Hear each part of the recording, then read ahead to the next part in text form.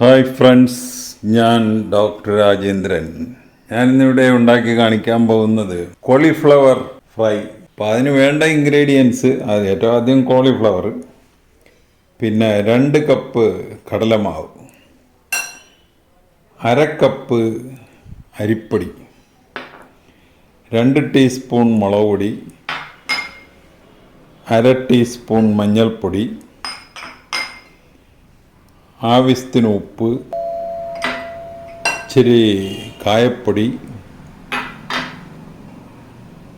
കുരുമുളക് പൊടി, പിന്നെ വറുക്കാൻ ആവശ്യമായ എണ്ണ, ഇത് കലക്കാനുള്ള വെള്ളം. ഇത്രയാണ് ഇതിന് വേണ്ട ഇൻഗ്രീഡിയൻറ്റ്. ഇനി ഇത് ഉണ്ടാക്കുന്ന രീതിയെ പറ്റി പറയാം. അപ്പോൾ ആദ്യമായിട്ട് നമ്മൾ ബാറ്റർ തയ്യാറാക്കണം. കടലമാവ്,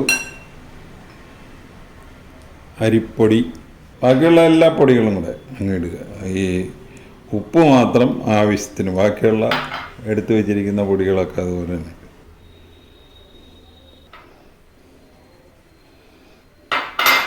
ഉപ്പ് നമുക്ക് തൽക്കാലം ഒരു 1/2 ടീസ്പൂൺ ഇടാം. എന്നിട്ട് കുറേശ്ശെ വെള്ളം ചേർത്ത് ബാറ്റർ ഉണ്ടാക്കുക. അതിൽ നമ്മൾ സോഡാപ്പൊടി ഇട്ടിരിക്കുന്നത് ഒരു 1/4 ടീസ്പൂണിൻ്റെ പകുതി. വെള്ളമൊഴിച്ച് ഈ പരുവായിട്ടുണ്ട്. ഇതുപോലെ ഒരു ഇച്ചിരി കൂടെ വെള്ളം വേണം.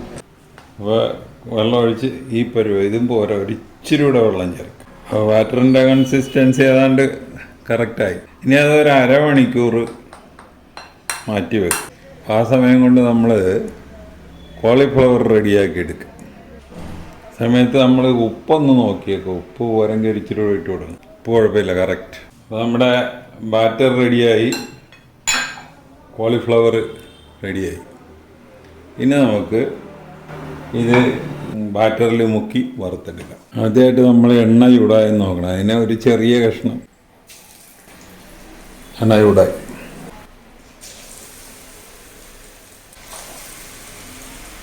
നമ്മളിതിൻ്റെ തീ അത്ര ഹൈ ഫ്ലെയിമിലൊന്നും ഇടണ്ട, ഒരു മീഡിയം ഫ്ലെയിം.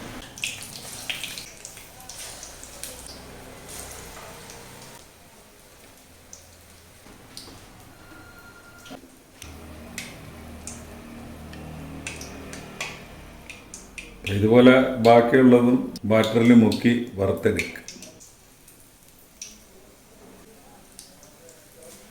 എല്ലാം ഒന്ന് മറിച്ചിടും.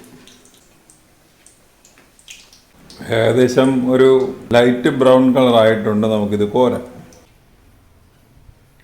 ബാക്കിയുള്ളതും ഇതുപോലെ വറുത്തെടുക്കുക. എല്ലാം ഒന്ന് മറിച്ചിടണം.